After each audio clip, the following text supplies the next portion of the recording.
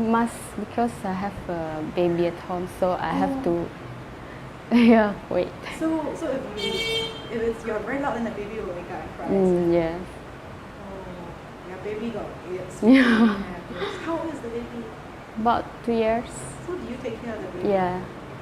Then do you listen to the baby when the baby cries and you have to? Yeah, I always sing for the baby before he sleep. Oh. So you sing to the baby? Yeah. What do you sing? Can sing to us? Yeah, I fall asleep. Probably he likes Twinkle Twinkle Little Star. Can you sing a little bit? Okay. Tell the baby. Twinkle, twinkle, little star, how I wonder what you are. Up above the world so high, like a diamond in the sky. That's all. Thank you. Good night.